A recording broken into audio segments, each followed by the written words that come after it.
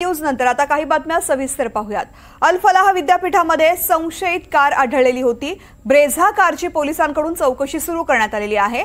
Bomb squad करून कारची तपासणी सुद्धा केली जाते। आत्ताची महत्त्वाची बातमी आपण पाहतोय। अल फलाह विद्यापीठामध्ये संशयित कार आढळलेली आहे।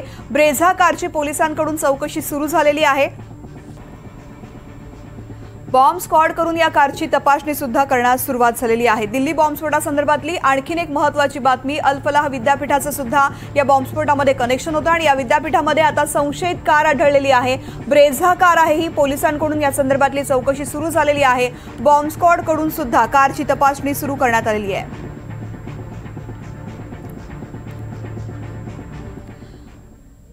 दहशतवादी उमर दिल्लीमध्ये प्रवेश करत असल्याचं नवीन सीसीटीव्ही फुटेज समोर आलेलं आहे। दहशतवादी उमर I-20 कारमधून बदरपूर बॉर्डर टोल नाक्यावरती प्रवेश करत असताना तो टोल नाक्यावरील सीसीटीव्हीमध्ये कैद झालाय। या दृश्यांमध्ये उमर स्पष्टपणे दिसतोय।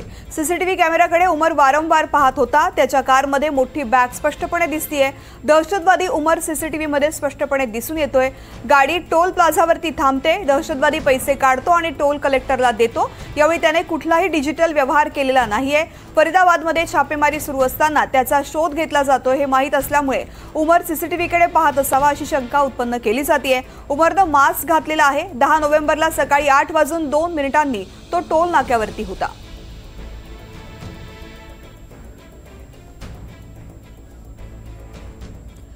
तर दिल्लीतल्या दहशतवादी हल्ल्यासाठी कोडवर्ड वापरल्याचं तपासात समोर आलेलं आहे। मेजवानीसाठी बिर्याणी तयार आहे असा एक संदेश यंत्रणांना दिसलेला आहे।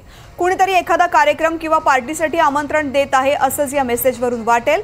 मात्र हा दहशतवाद्यांचा मृत्यूचा कोडवर्ड होता। मेजवानी म्हणजे स्फोटक किंवा हल्ला आणि बिर्याणी म्हणजे स्फोटक पदार्थ असा कोड होता। चॅटमध्ये लिहिलेला शेवटचा संदेश होता, दावतसाठी बिर्याणी तयार आहे। हा संदेश शाहीननं 13 जुलै 2025 रोजी पाठवलेला होता। त्यानंतर हा चॅट बॉक्स वापरला गेलेला नाहीये। सुरक्षा यंत्रणांची दिशाभूल करण्यासाठी हे कोडवर्ड वापरण्यात आले।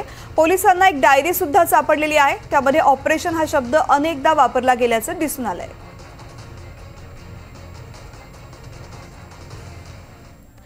तर फरीदाबादमधील अल फलाह विद्यापीठामधील इमारत 17 दहशतवाद्यांच्या भेटीचं ठिकाण होतं का असा सवाल उपस्थित होतोय। याचं कारण आहे 17 नंबरच्या इमारतीमधील 13 नंबर खोली ही डॉक्टर मुझम्मिलची होती। या खोलीमध्ये मुझम्मिलच्या 2 डायऱ्या तपास यंत्रणांच्या हाती लागलेल्या आहेत। मुझम्मिलच्या डायरीमधून अनेक गुपितं बाहेर निघणार आहेत। डायरीमध्ये अनेकदा ऑपरेशन असा उल्लेख आढळलेला आहे अशी सूत्रांकडून माहिती मिळते। याच खोलीमध्ये मुझम्मिल इतर दहशतवाद्यांच्या बैठका घेत असेल अशी माहिती मिळते। पोलिसांनी ही खोली जप्त केलेली आहे। विविध उपकरणं आणि पेनड्राईव्ह जप्त केलेत।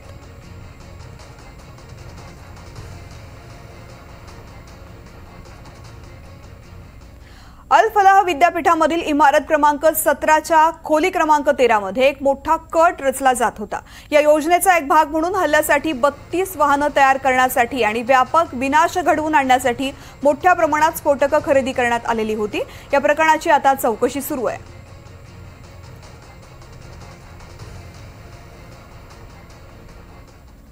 तर अल फलाह विद्यापीठाकडून विशेष अपडेट आलेले आहेत। स्फोटामधील आरोपी डॉक्टर शाहीन सईद इमारत क्रमांक 5च्या 3ऱ्या मजल्यावरती राहत होती।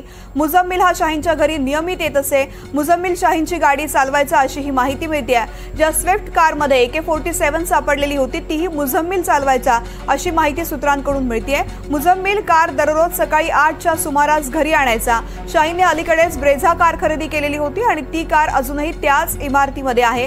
त्या कारचीही चौकशी पूर्ण झालेली आहे। शाहीनच्या विभागामधील संगणक ऑपरेटरलाही काल ताब्यात घेण्यात आलेला आहे। पोलिसांनी आता महाविद्यालयाकडून शाहीनचं वर्ग वेळापत्रक मागवलेलं आहे, ज्यामध्ये तिच्या उपस्थितीच्या वेळापत्रकाची माहिती दिली गेली आहे।